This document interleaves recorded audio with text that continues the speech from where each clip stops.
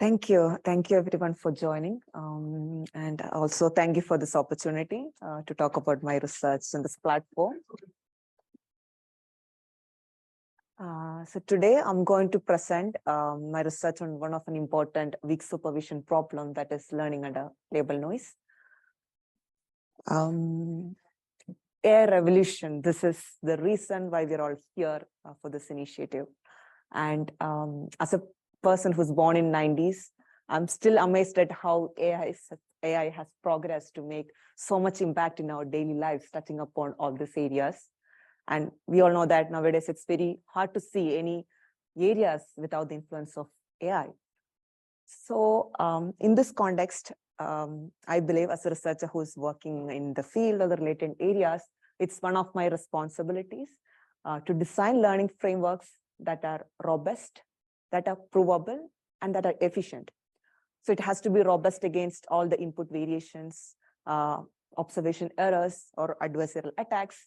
And it has to be provable. It has to work according to what it has been designed for.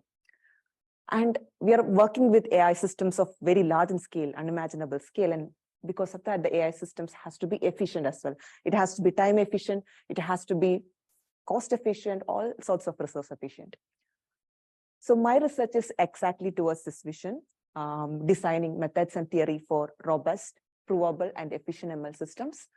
I have worked in different areas. One of the areas is in robust learning under weak supervision, and also worked in designing provable learning guarantees via rigorous theoretical analysis. I'm also interested in efficient algorithm design and data modeling for large-scale data. In the first category, I have worked on different weak supervision problems, example, learning from noisy data, noisy labels, learning from undercounted data that we commonly get to see in ecology or epidemiology, or learning under missing data, for example, in graph learning. In the second category, I have worked on different factorization models like tensor factorization, non-negative matrix factorization. And I've also worked in designing stochastic algorithms for big data, for example, big tensor data. I'm excited about all these research areas, but today, for the interest of time, I'm going to talk about this particular problem, learning from noisy labels. I'll be sharing with you some of the interesting results that we have got and got published in NeurIPS 19 to ICLab 2023. Okay, let me give you a brief outline of the talk. I'll start with the motivation, right? Why is label noise a concern? Why should we address this problem? Then I'll go on describing what are the contributions in terms of modeling, algorithm, and also in theory. I'll also briefly talk about future research interests and directions that I'm considering. Label the data. One of the pillars of the AI revolution is massive amount of labeled data. So we are all familiar with this big data sets like the ImageNet, and nowadays the size of the data sets has grown into billions, and they all need labels, right? Each data item in these data sets need labels. So the size has grown into unimaginable scale. But data labeling, it's not a trivial task. It needs a significant amount of resources to produce this high volume of large, high quality labels. In fact, this is actually a billion-dollar business. This data collection and labeling has grown into a big business. And data quality, it's one of an important bottleneck for AI revolution. In this context, crowdsourcing, it's an important paradigm to address this dire demand for labels. It actually kind of uses the wisdom of the crowd. For example, we have each data item in a data set that can be labeled by multiple and often non-expert people in a crowdsourcing setting. So that means each data item in your data set can have multiple labels. And since some of the annotators are non-experts in labeling, and also since not all the data items will be labeled by a single annotator, this label collection can be highly noisy and also incomplete, right? It can be noisy because some of them may not be corresponding to the ground truth, true labels, and it can be highly incomplete as well. So in this setting, we have some important questions, right? What is the true label? So out of this multiple labels, which is the true label for each data item? And also, whose answer should I trust? We have multiple people who have given the labels, and whose answer should I trust? And very importantly, how we are going to train a classifier by using this noisy and incomplete data collection, label collection. So this is an important problem because deep neural networks are infamous for memorization, especially with the noisy labels, and that can result into poor generalization in the testing phase. And also, you may be thinking, hey, majority voting is there. That's a very naive option that you can adopt. But it also is not a reliable option since we have very noisy and a very sparse incomplete label collection. So that means we need sophisticated methods to address this problem, to learn from noisy labels. So a very important approach, a popular approach, is to view this problem in a two-stage manner, or to deal with this problem in a two-stage manner. So in this setting, we have the data, a collection of data items. It has true labels, which is unknown. So we ask a number of people, M annotators, to give labels to these data items. And they're going to give us noisy and incomplete labels, as we have seen. So they will be providing noisy and incomplete labels corresponding to the data items. And these noisy labels is given to a label integration method, a step where it estimates the labels and also kind of characterizes some of the skills of the annotators. And this is called as annotator confusions. So in ideal scenario, this estimated labels is expected to be the same as the true label. And annotator confusions will help us. It's a skill characterization of the annotators. It can help us to tell, oh, who is the better annotator among this group. So after this first step, we can use the original data items and the estimated labels to train this predictor, to train a predictor.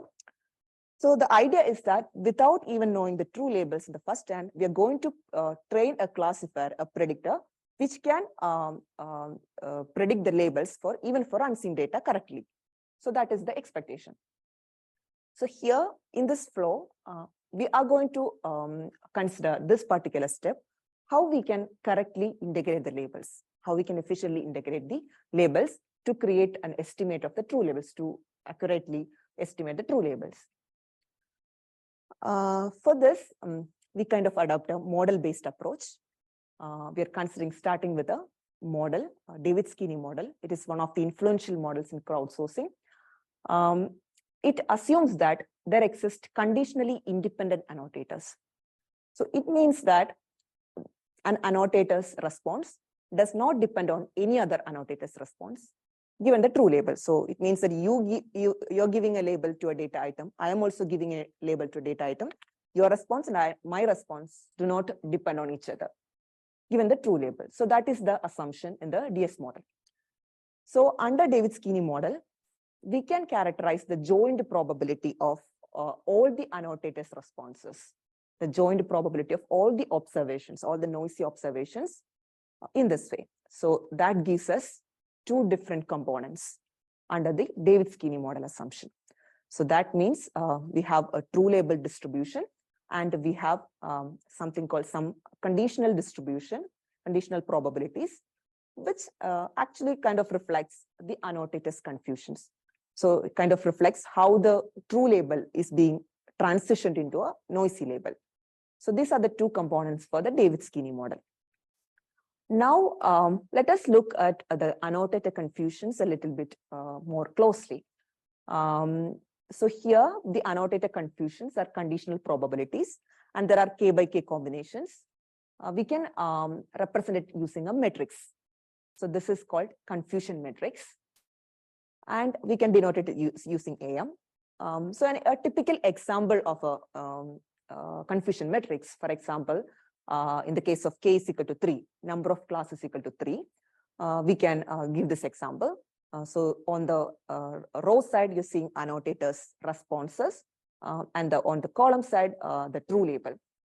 And on the diagonal entries, what you see is annotators' probability of correct labeling that is the probability that true label is 1, what is the probability that the annotator is going to give a 1, that probability of correct labeling on the diagonals, and the probability of confusions on the off diagonals. So this is the typical structure of a confusion matrix, and we can immediately see if an annotator is a perfect one, who doesn't make any mistakes at all, it's going to be an identity matrix, right? And if it's a reasonably good, it's going to be a diagonally dominant one. So that is confusion matrix. Okay, so we have seen David-Skinny model, and there are 2 parameters to the true label distribution, which can be denoted using a vector D, and also confusion matrices for each M. So these are the David-Skinny model parameters.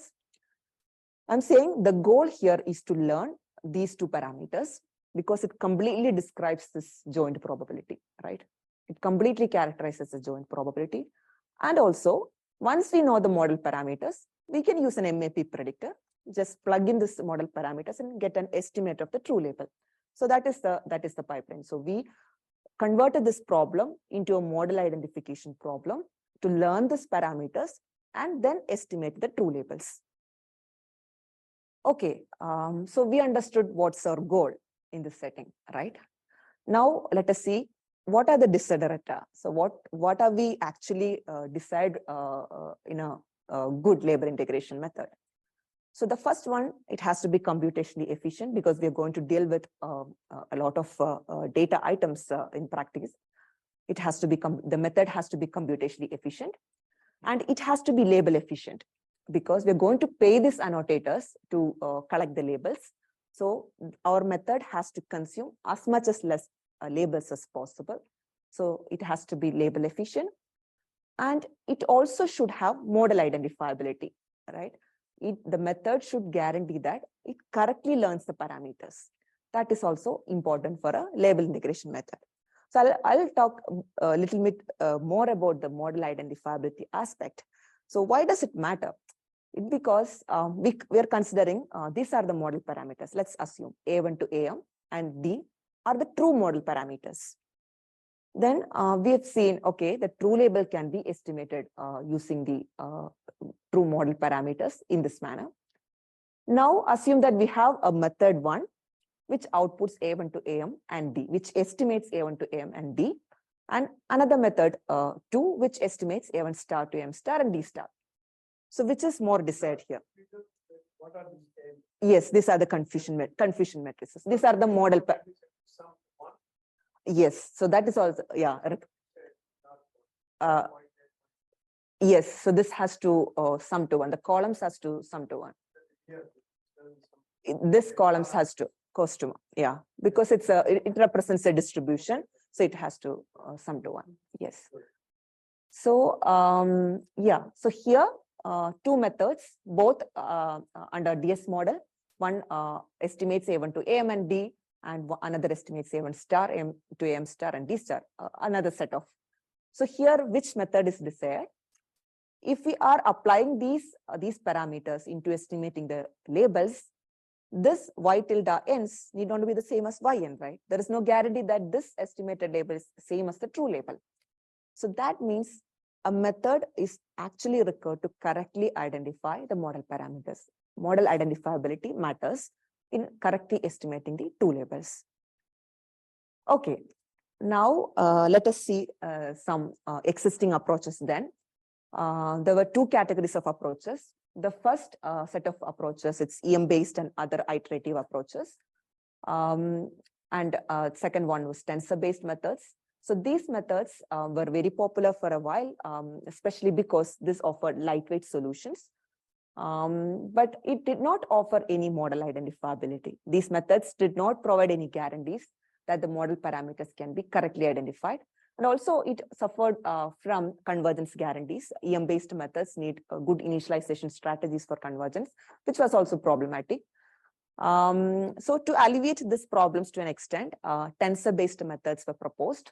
And interestingly, they had model identifiability. They established these parameters can be correctly identified.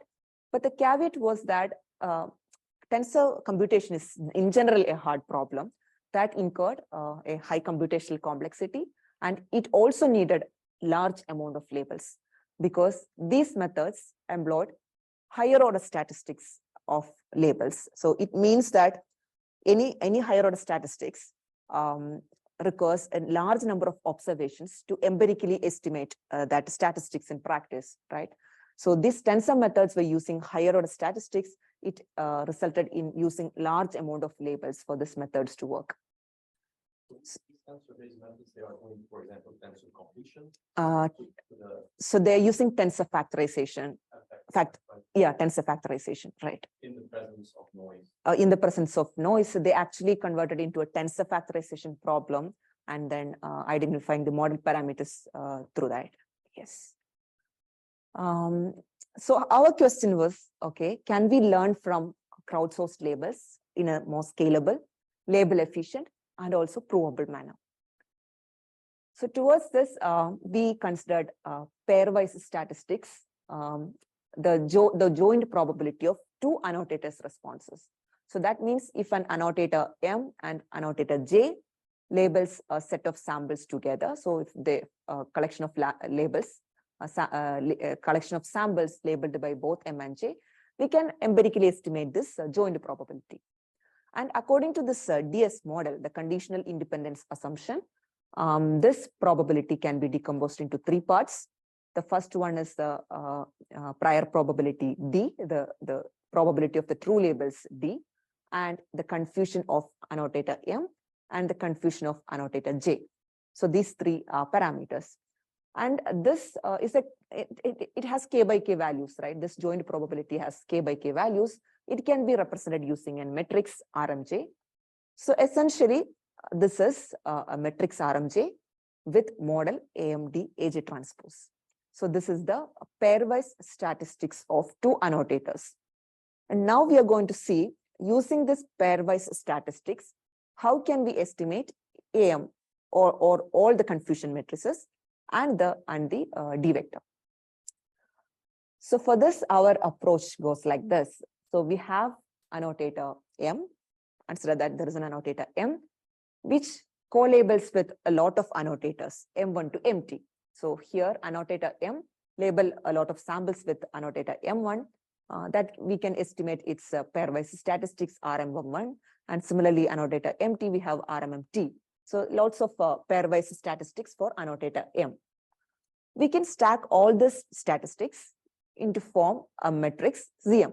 So ZM can be a stack of all the pairwise statistics. And according to the model, we have this AMD, M1 transpose to MT transpose. So ultimately, what we have is a matrix factorization model. ZM is equal to WM HM transpose. So this is the model with ZM as the stack of all the pairwise statistics and which are observed, because the statistics can be empirically estimated from just the observations. And WM and HM are the model parameters, both are unknown. So this is what we have. Now, we can see it's a non-negative matrix factorization model. All the matrices are non-negative because it involves probability values. How can we learn this model?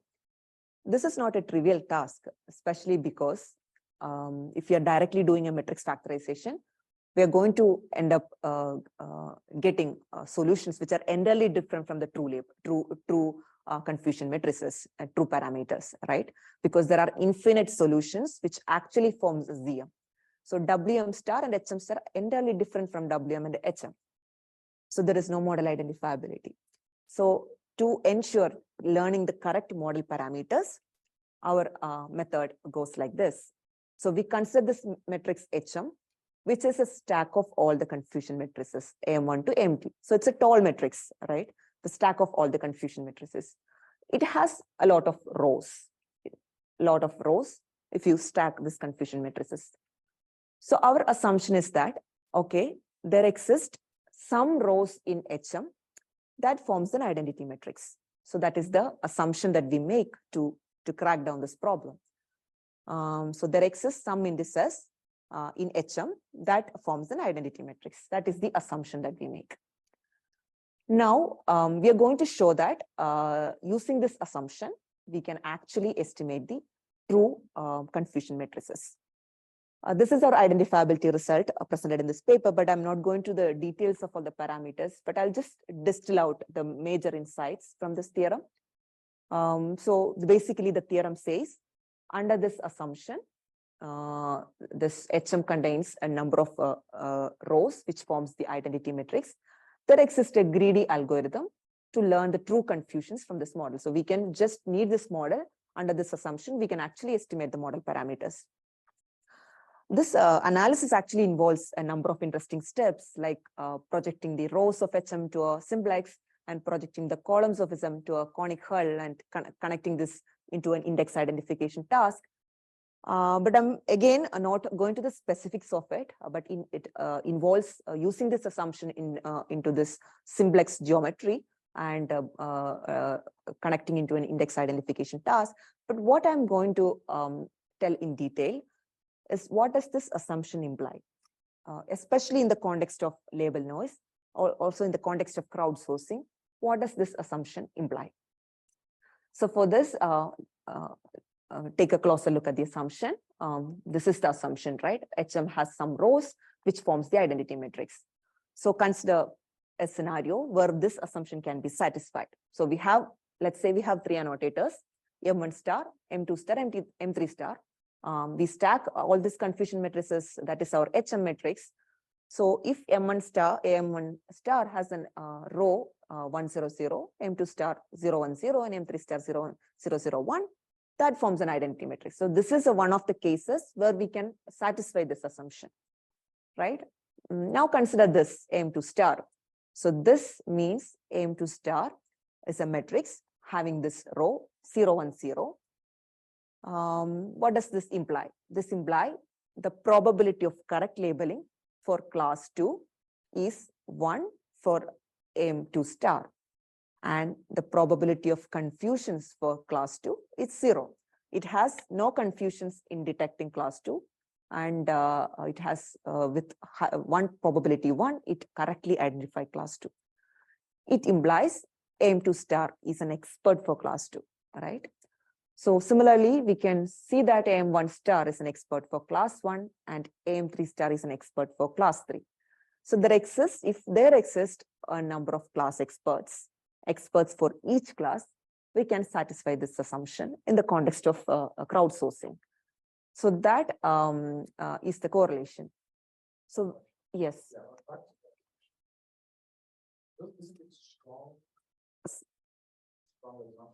Yes, I would say yes, it's a strong assumption. Later in the talk, you will see how we are relaxing it, but it is an assumption which can be reasonably satisfied if you have a lot of annotators and if we can afford hiring experts. Yes. Okay, so with this, our identifiability results, which says if this assumption gets satisfied, there exists a method to learn the true model parameters.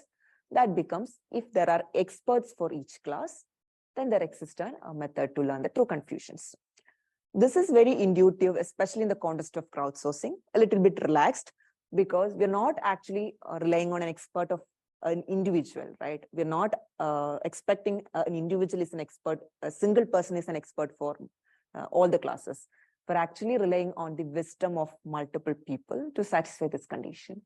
And in this Nurip's work, we've also proposed a fast algorithm to learn all the confusion matrices and the model parameters leveraging the successive projection algorithm from NMF. Okay, now the proposed approach in this work, multi-SPA, we named it multi-SPA. It's a lightweight algorithm, used a fast NMF approach for learning. It offered model identifiability. It correctly identified the model parameters and gave guarantees. We established that if there exists class expert, the model parameters can be correctly identified. So what do you mean by identified? Yes. So in simple sense, it means that the model parameters has to be correctly identified. So if there exists some true model parameters, The method has to correctly identify the model parameters. Yes, yeah. Here in the context confusion matrices, and there is a true label distribution. These are the parameters that has to be correctly identified, because that is being used to estimate the true labels. So this is important in a model-based approach. Estimation accuracy in a finite sample case, and even it holds in infinite case, and that we do a noise analysis for the with the theorem. Yeah, I didn't get the chance to. Yeah. I just skipped the details, but that was the estimation accuracy guarantees. But the main insight from the theorem is that it uses this particular assumption. Under this assumption, and we also relaxed a little bit, but that is the crux of the theorem. Yeah. Okay. So the natural question here would be, so we have all these properties. The natural question would be here, what if there are no class experts, right? As we said, it may be a very strict assumption in practice. So what if there are no class experts that can be guaranteed?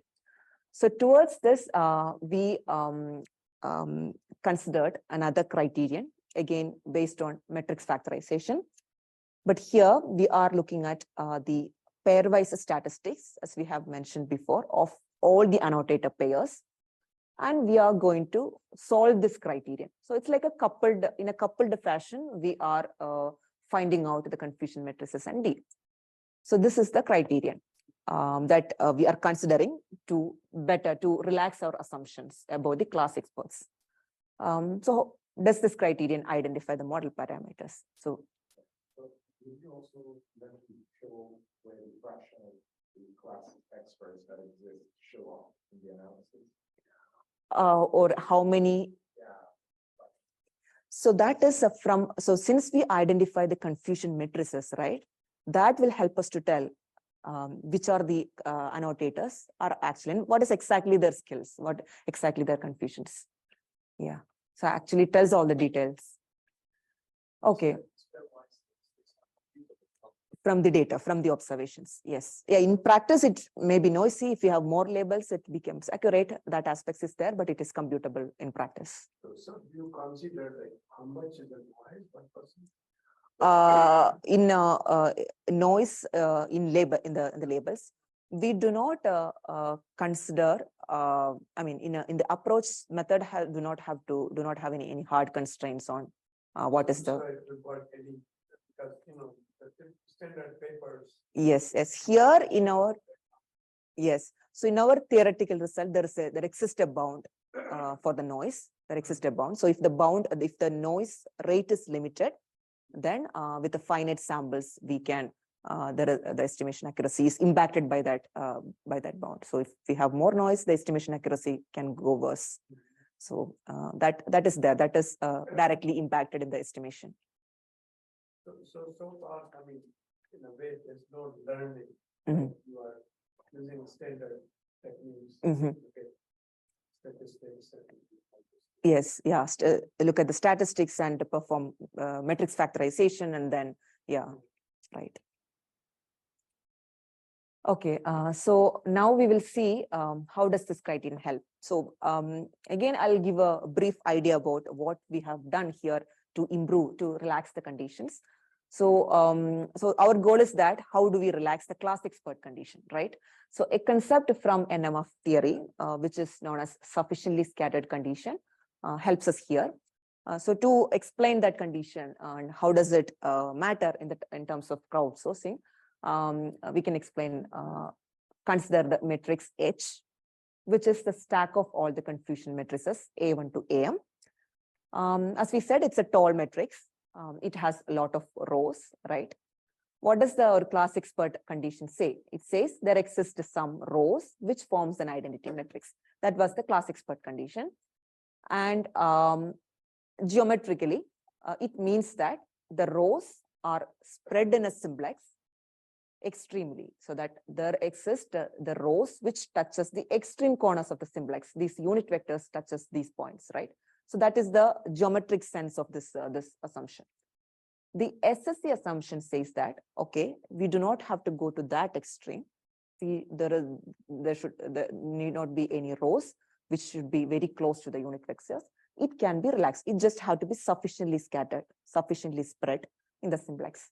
That is the geometric illusion of SSE condition, which has a nice correlation here because we do not need this extreme points, which means that there is a relaxation. No experts are required under the assumption of SSE. Reasonably good annotators are enough to satisfy this condition. So that is the SSE assumption and its relation to the context of crowdsourcing with this confusion matrices. So under this SSE condition, our analysis presented in this paper with this theorem says that, okay, if this assumption gets satisfied, we can learn the true confusions from the model by solving this criterion, this NMF criterion. By solving this, we can actually recover all the true confusion matrices and the D vector. So since we have seen H satisfy SSE is nothing but we do not need any experts, right? So that actually intuitively implies even if there is no experts, we can still learn the confusion matrices. So that is the major insights from this work. And we've also proposed a matrix completion based convergence guaranteed algorithm because it needs a algorithm to correctly tackle this problem, and we use this strategy to make lightweight solution.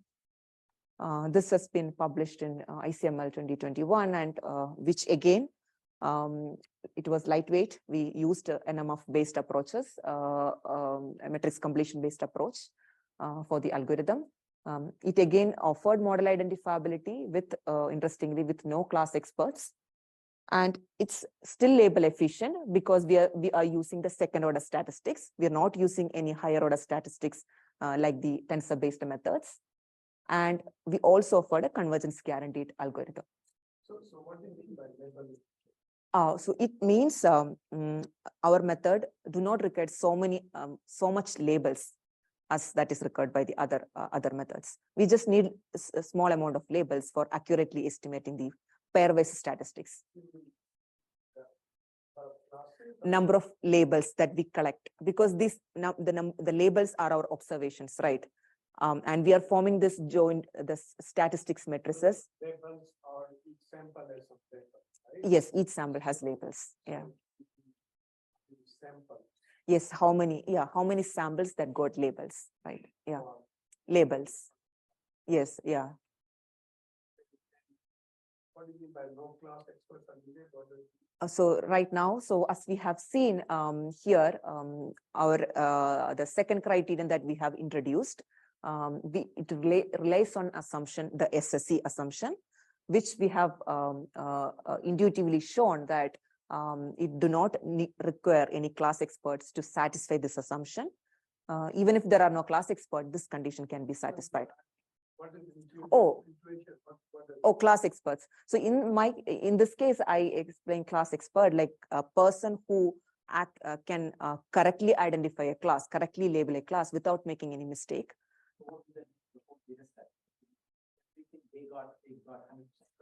For that particular class. So for a person who's got multiple data to be labeled, and if he's, for example, if he's an expert in one of the classes and identifying all the breeds of the dogs, then he will not get confused for that particular class, but then he's a class expert. But for other classes, there is no guarantee. We do not have to know in ahead. That is the.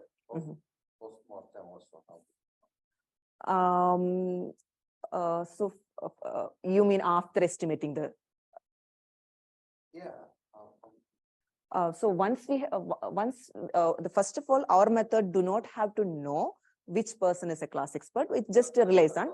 But once we, yes, we are. Yeah, we are estimating. One of them is like a 0, 0, 1. Yes, yes. So that's your class expert. Yes, right. So once we estimate, as soon as we have the A's, no, one. No. Yes. As soon as we have A, we will know. So yeah. So how do you know that? How do you know that that's correct? So that is the importance of like why we are saying, okay, identifying the correct parameters is important. So we, in reality, we do not know. So identifying the correct parameters required you to no, the ground. Yeah, that is true. That is one. Might as well as with the ground truth for the rest of the start all this apparatus. Yeah. So in practice, when we are in a real setting, we do not have access to this, right? Ground truth, right? This are model parameters, and we do not have access. But in our evaluation, as we will see, what we are looking at is the how is it the evaluation process goes like this. We know the true labels, and we also collect the noisy labels, and using the method, we estimate these parameters. And then get an estimate of the true labels, and then we compare this performance. I got that. So yeah, you know the labels and you got crowdsourcing, and then you can immediately identify. Yes. Yeah. Right. But in that case, all this discussion about having the expert doesn't mean because somebody will have expert for everything. So you mean there will be any? No, I'm saying in the evaluation process for the algorithms, but not in a real setting. Yeah.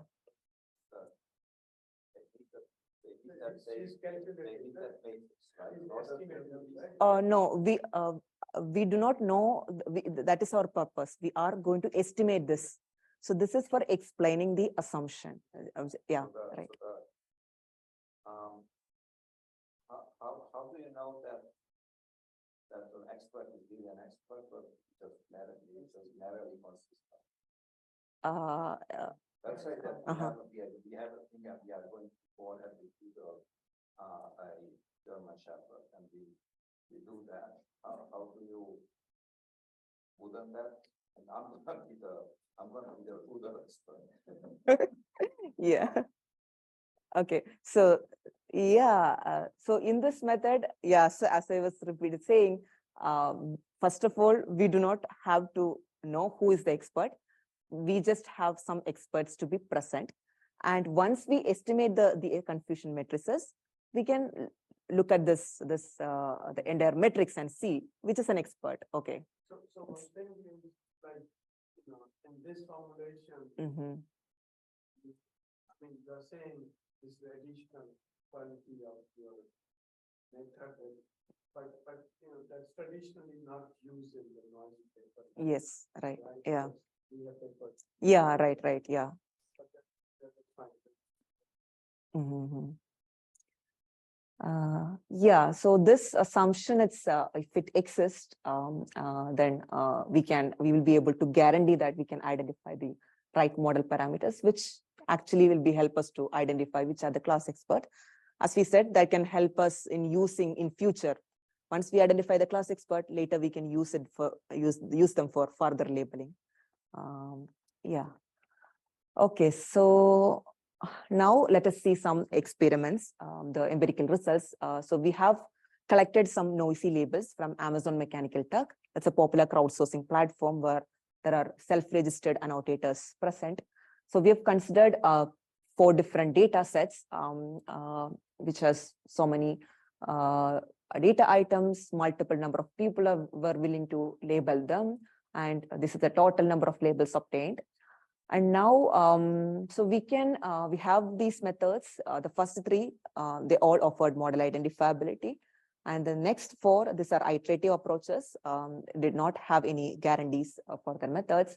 We can actually see that the methods with model identifiability are pretty consistent in terms of classification error in this 4 data sets. And also, we have, this is our proposed approach, which is model identifiability established with a high label efficiency. We need a small amount of labels only to accurately estimate. It has promising performance compared to the others. So here, as we said, we have access to true label for evaluation purpose, and we also collected the noisy labels, so we can see what is the actual scenario, and if our method actually, how does it work? Is it correctly estimating the confusion matrices or correctly predicting the true labels? That is how we have evaluated this. Also, our method was faster, around 30 times faster than the tensor-based methods, which was computationally less convenient. Compare standard data set of these papers, 90-level papers to compare other data sets, right? We have used this especially because most of the standard noisy label, they mostly do not use multiple labels collection. They either combine, aggregate these labels and then publish it. So this has n data items, and for each data item there are m annotators responses in row-wise available. So that has not been Yeah, and I mean, it's more realistic that there, what we do is just take the true label and artificially add noise. Yeah, right. So this is actually collected from Amazon. This, in fact, this was an open data set collected by I think Michael Jordan's team. They have collected and published this data set. Yeah. Does this have the expert per class assumption molding, or? For some, I have not shown that result, but for some, for especially I remember this particular data set and this web data set, we could identify some class experts in that. Yeah, we do not know, but that is the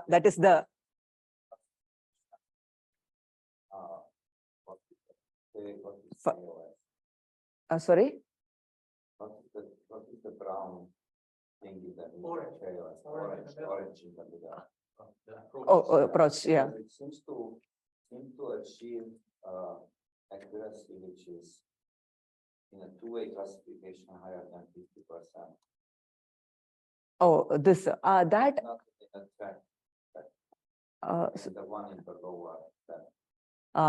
one in the lower left, this one. Yeah. Yes, yeah, probably I would have to flip it there. So they would have flipped the labels and then characterize. Yeah, I would have shown the 100 minus 55 here, but they would have shown the flipped labels in this case, in the binary classification setting. Yeah. Okay. So how realistic is the assumption of the conditional independence? Yeah. So a more natural assumption in my mind would be conditioned on the features themselves. yes, yes, that is the reason our next work goes on. So we kind of realized probably one of the bottlenecks of this particular approach would be having conditional independence. And in the next work, we will see how we're, without relying on how we can work on that assumption. Yeah, I'll come to that and have a discussion. So just to summarize here, we have looked at the label decoration method.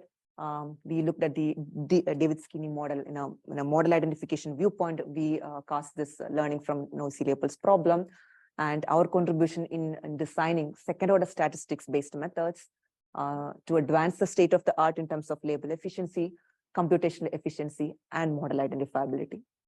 One other thing, sorry to interrupt. You haven't commented on the computational efficiency, because here it's maximum likelihood.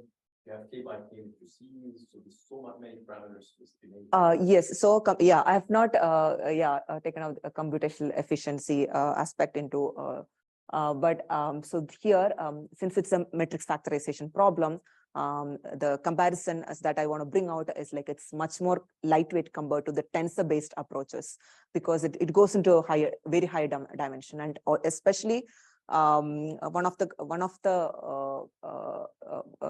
when the number of annotators becomes large and large, we need to estimate this more number of annotators confusions, and also when k becomes higher, then the size of the matrix also goes higher, and tensor computation becomes very intractable in that case. So in that aspect, our method combined with the aspect that we can provide some guarantees is a promising solution. What's the sample complexity that you get in terms of order type of result? It is order of 1 by root s in terms of the samples collected. You mean the order of is that what your question? How? So now you're collecting a bunch of labels from the annotators. Yes. And there's some missing entries. Yes. How many are Uh, able to estimate Yeah, so I can show you what are the parameters that It's too much time. okay. Maybe I can move on. Oh, yes, so we can talk about that. Yeah, right. So it essentially is getting affected by this model parameters K and M. So how much accuracy that we want. Yeah. I'm meeting her next. Yeah. Yeah. Okay. So again, yeah, coming back to this is one of the potential bottleneck, right? We use a strong assumption. There is no guarantee that annotators are conditionally independent. If they are trained under similar circumstances, right, it can be very well dependent. And another thing is that it's a blind approach, right? It doesn't consider the data into factor while Because doesn't use any features yet. Yeah, we will gonna use it. So that is also one of the bottlenecks of this problem. And another thing is, since it can also cause error propagation, it's a two-stage approach. The first stage estimation accuracy can impact again the predicted training. So towards this, the question is that can we learn this in a joint manner? Can we learn the annotator's confusions and the true label predictor, training a predictor in a single step? So that is the end-to-end learning approaches, which is very promising because it looks cool because it's a single step. You just input the data and all the noisy labels, and in a single stage, it outputs true label predictor and also annotator confusions. And is it the only reason why we are interested in it? Not exactly. It also shows promising performance improvement. So we have considered some other data sets like Label Me, music data set, and CIFAR10 fashion MNIST today, and run all these two categories of approaches. These are the existing E2E learning approaches, and there is a clear performance gap that we can see in terms of classification error. So that is something which is very motivating, but we have some questions here as well. What is the guarantee, right? Can we correctly learn the true confusions and the true label predictor? Is there any guarantee under this joint learning setup? And what is the level of expertise that we need? And also what happens if we have only limited data, missing labels? How does this learning framework work? So towards that, let us again start from a modeling perspective. We're going to model this noise. We have the probability of mth annotator's response given the data item xn. So this is the conditional probability of the noisy label. This can be encapsulated in a vector P, and it can be decomposed into two parts. So the first part, it reflects again annotator's confusion, and it is with respect to the data item xn. And then the true label predictor. So this is the conditional probability given the data item f of xn, and this can be this true label predictor can be modeled using a class to a function, right?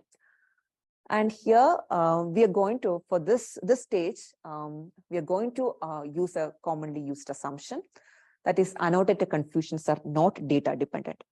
I'll come back to this assumption, but to simplify this problem to a tackling learning problem, we are using this assumption. So that means our model becomes P is equal to AM f of xn. So we have annotator's confusion. This forms a confusion matrix and a true label predictor. Okay, so this holds for all M and N, and the goal here is to learn AM and F, the function, the true label function, and the confusion matrices by just observing the noisy labels. So the learning goal is to identify F and M AMs by observing the noisy labels. Okay, for this, an important learning criterion in E2E learning is coupled cross entropy minimization. This is a very natural intuitive criterion. As we will see, we have data xn. It goes to a network, learning network f of xn, and the output goes to some additional layers, each representing the confusions, characterizing the noise of the annotators. And this entire network can be learned together. So this output goes to another network and can be learned together. And using a learning loss, which associates the output of the noisy labels with the model's output. It's like a summation of all the cross entropy terms. Very natural criterion. It's been used in many different contexts, and its variants are also there. So this can be represented in a constrained optimization form in this way. So the summation of all the cross entropy terms associated with the noisy label and the model outputs for all the observed labels, because we will have only limited labels observed, not all annotators will be labeling all the data items. So this is the summation of all the observed labels, cross entropy, and we optimize it with respect to a function class and a constrained set, because we have constraints for the confusion. So it's a complex learning problem in terms of identifying these model parameters correctly, because again, it can have infinite solutions, which is the true ones, right? So our question is that, can this model, can this criterion, CCCM criterion, identify the true label predictor F and the confusion matrices? So now we are going to see how this learning problem can be tackled. So we have the result. This is our result from ICLR 2023 paper, which actually provides guarantees, establish what is the estimation accuracy for confusion matrices and the predictor function and the generalization of the predictor. Again, I'm going to distill out the important details of this theorem. So which says that, yes. So, I mean, here, are you also correcting the noisy level, or you are just identifying? So I'm just identifying it, because our end goal is actually training a predictor. Our end goal is actually training a predictor, right? So we are going to identify the confusion matrices. It's a byproduct of this learning process. But do you have a use of the confusion matrices or not? Not, we have not used it, but it is important to identify it. Identify that where's the confusion. Yes, right. But you don't fix the problem. We don't fix the problem. Fix in the sense that we ultimately learn a predictor which actually can predict the true labels, right? So by identifying confusions only, we are able to achieve this, right? This is like a separation problem. Only we can identify one parameter, we can identify the other, right?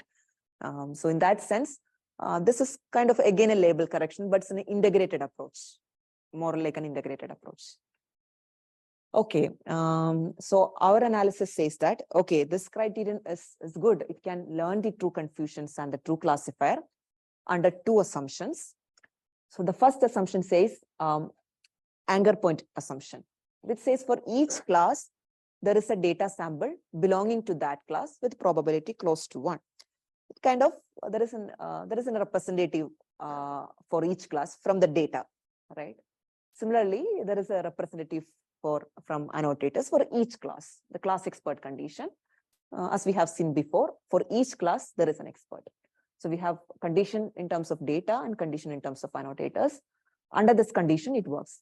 And also importantly, we have identified that we do not need any conditional independence here. An annotator I's response can very well be dependent on annotator J's. There is no conditional independence required for the CCCM criterion to identify this model parameters. Also made a strong assumption. Yes. It all depends on the data. Yeah, right. Yeah, which is also strong. Yeah. Yes. This is also a finite analysis with finite number of data and missing labels. This all holds. Okay, now we will see what is this condition, and is it easier to handle this, satisfy this condition. So this anchor point condition may be easier to satisfy if you have very large data set, right? If you have large data set, it reflects diversity of data. It can have representative from all the classes, satisfying this assumption. And class expert condition, it's actually a wisdom of the crowds from crowdsourcing viewpoint. And it's very hard to hold all the two conditions together. I'll show you some examples. For example, data sets with millions of items like the ImageNet or the social media data, social network data. We have access to millions of data items in this context. And we can hire cheap laborers like Amazon Mechanical Turk in this context to label this millions of data items. So here, anchor point condition may be satisfied, but the class expert condition may not be satisfied, right? And another context is, what about the special data sets like the medical image data, ecological data, geospatial data? We need experts, right, to label this data items. So that means the labeled data set size is shrinked. We do not have much labeled data items. So it means anchor point condition may not be satisfied. There is no, since the number of data items are limited, this condition may not be satisfying. But class expert condition can be satisfied. So these are the two important, very common scenarios that we encounter where these two conditions cannot be simultaneously satisfied, which means that CCCM may not be working in these situations, right? CCCM can identify this model parameters only if both conditions can be satisfied. And we have seen very common examples where these two conditions cannot be satisfied. But So why are they important? Why the class expert condition technically important? Why is it? It is important in terms of our learning problem because we have these conditions to be satisfied for correctly identify the model parameters. And here I'm showing you some examples, some cases where this condition can be satisfied, especially in domains like this where we seek expert advice, right? For example, we can even rely on one person who's a data sets of large size. It's what is the meaning behind the model? You mean the Let's say you have 10,000 annotators. What 10 is what is even the meaning of the model? You mean 10,000 annotators? Yeah.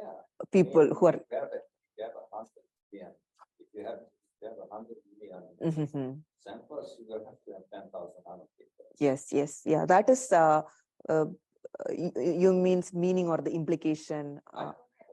What does that model become? Yes, out of this 10,000 people and how many classes that we are going to expecting in this data set, and out of this 10,000 people, is there any experts for each class? So that is this assumption mean, and this assumption mean, okay, out of the million data sets, do you have samples which belong to that particular class as a representative one?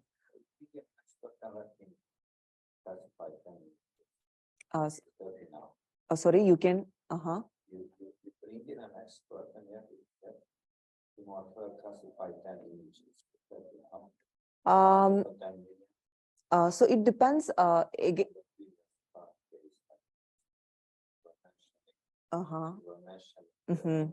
Let's say you have a classification expert and you can come and classify 10 pictures of whales. So it has a trade-off, especially if we may not be, because it has a trade-off because we need more data to learn a better classifier, right? You have a class expert, you only classify 10 of them, the rest of 10 million are classified by non-experts. I don't know. Yeah, it is an imbalance problem, and that would have its own consequences in terms of estimation. Yeah. Following up on this question, your analysis somewhere is very threshold where you now think of it as balance, rendering the expert condition. What is that threshold? Yes, yeah. So we have actually not considered an unbalanced problem. We consider that for each class, reasonable amount of data labels. Yeah, there is a there is a bound which depends on, okay, if you have k classes, and that bound depends on number of so that reasonable depends on important model parameters like a k, number of classes, how many annotators that you have, and what is the level of noise that is present. So based on that can change, but this is something the adversarial cases like class imbalance has not been taken care of though. But Yeah, so this is, this is two scenarios where the traditional, the intuitive CCCM formulation may not work.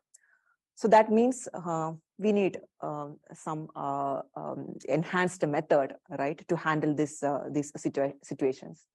So for that, we have some identifiability results presented in our paper, which says that for CCCM, which is this criterion, there exists an underlying NMF model.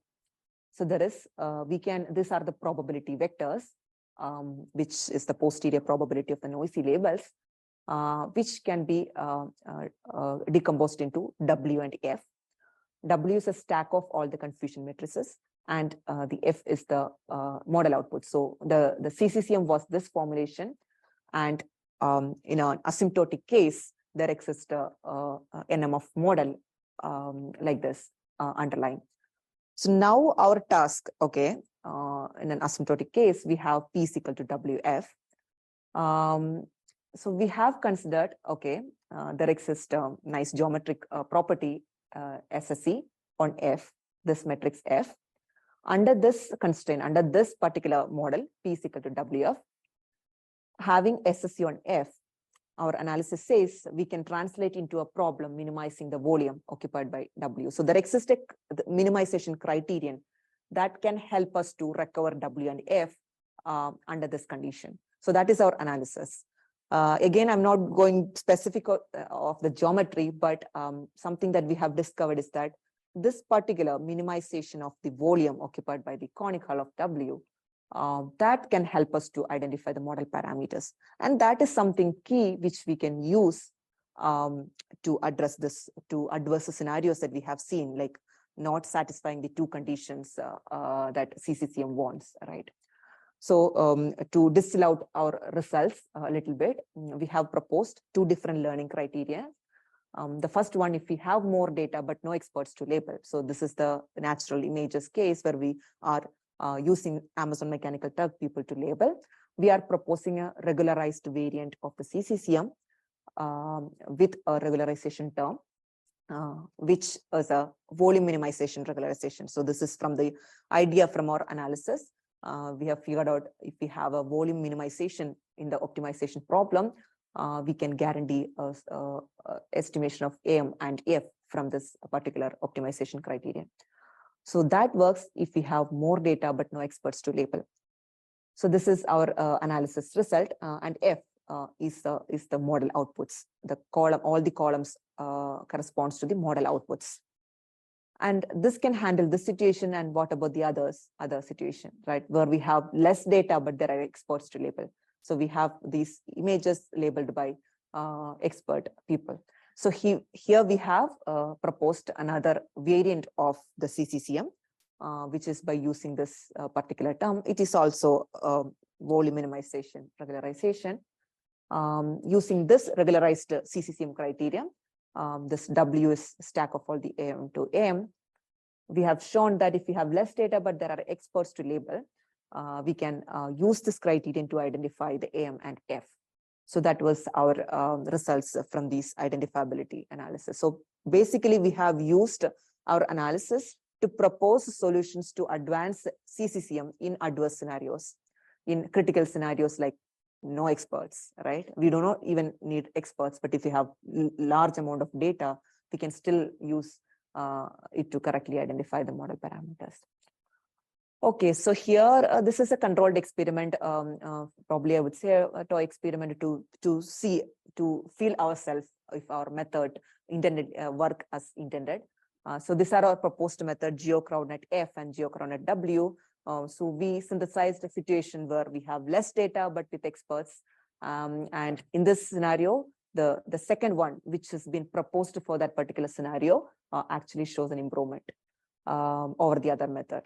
And if we have more data, but no experts in the number of annotators, and we are actually seeing the method which has been proposed for that is actually working, is showing an advantage over the other methods.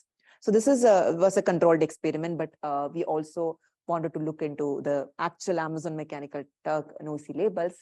So here we have collected the Label Me data set, music data set, and you can see how much total error rate that exists in a crowdsourcing platform like this, around 44% total label error rate. And interestingly, in both the cases, GeoCrowdNet F works. So this is the criterion which has been designed for no expert case.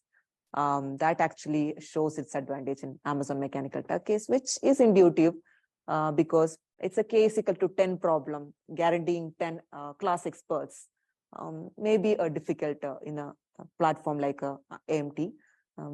Probably that would be the reason, and that shows this method is actually can be helpful in Amazon the noisy label setting. Okay, so here we have proposed E2E learning approaches that shows promising empirical performance, but identifiability guarantees were unclear, even though it had promising learning paradigm to learn from noisy labels. Our contribution was in establishing deeper understanding to this learning problem in terms of model identification, and that analysis helped us to propose some solutions which can work in adverse scenarios like no expert annotators or dependent annotators, or with limited data, how do we handle it? So our analysis actually lead to some solutions that advance the state of the art. Okay, so I want to also share about some of my future research directions and the interest that I have. As we have seen, this problem of noise, it's not only limited to classification, right? It happens in many scenarios like clustering, prediction, ranking, sensing, and it can happen due to multitude of reasons. And recently we have some ICML papers which tackled some settings in clustering and prediction under noise and have promising results. And also throughout the talk, what we have seen is that this model-based approaches with identifiability guarantees are indeed promising because it can offer efficient solutions and also can advance the state of the art, advance the existing solutions to propose more robust methods. So inspired from this, I want to pursue investigating more into these aspects, especially as we said, there is a very challenging problem that is existing to advance the robustness in many general settings, that is instance-specific modeling. So in the context of, in a general sense, it means that each data item will have its own contribution to the phenomenon that causes the noise. So that is the general phenomenon. But in the case of, for example, in the case of label noise, there exists an instance-specific transition probability that causes the change from the true labels to the noisy labels. This can be learned like by learning two nonlinear functions, but it has also been used in many settings. But the actual challenge is not in designing a learning framework, but is not in implementation. But the actual challenge is in what is the identifiability here. So how can we differentiate? How can we estimate these function, this nonlinear function and this nonlinear function separately? So that is a very challenging learning problem, and that in this research, I want to understand under what conditions we can tackle this learning problem. Actually, it has this modeling and identifiability can benefit in a number of complex learning tasks. For example, all these settings, the noise and everything is getting complex. And because of that, to advance the existing solutions, this modeling and identifiability can indeed help. There are opportunities for problem-specific modeling, algorithm design, and also problem-specific identifiability analysis. And also happy to collaborate with experts of this field to actually see how this instance-specific modeling can benefit in this applications. Another one very related application is deep active learning. It's an important paradigm to reduce the labeling cost. And deep learning has its own challenges in the case of active learning. Active learning selects only the informative samples to label. That means it actually is very label scarce. But at the same time, deep learning needs a lot of samples to learn. So it's a a contradicting paradigm, I would say. There exists a lot of research activity in terms of how deep learning affects this entire framework. But what I'm going to look at from a label noise perspective. So starting with, we have limited labels. On top of that, we have noise. What is going to happen? And we also have limited performance guarantees in this domain.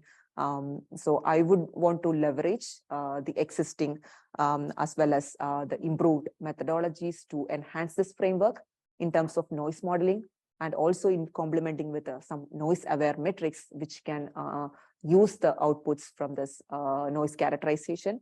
And also similar to what I have done in the past, implanting this annotator's skill characterization to the framework. It also gives a lot of opportunities to explore efficient algorithm design in this particular framework.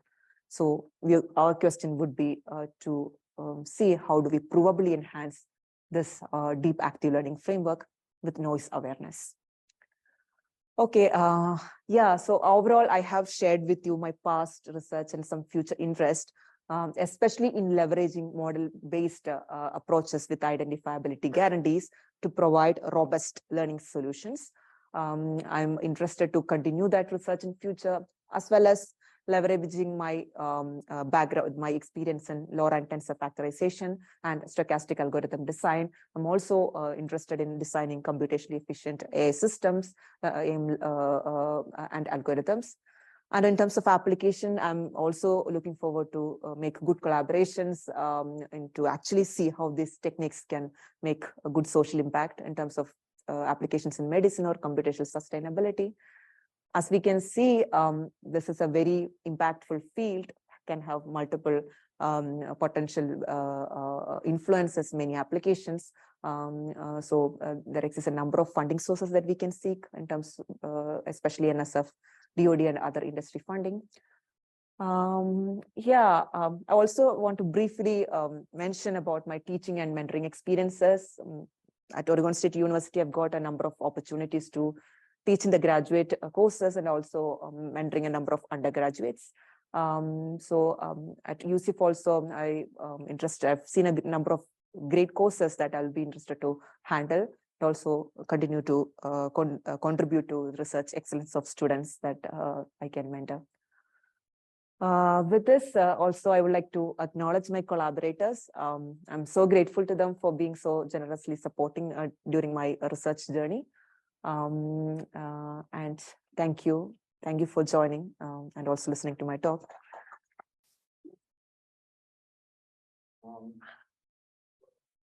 You're very Late. Yeah. Any final okay, so I think he has a.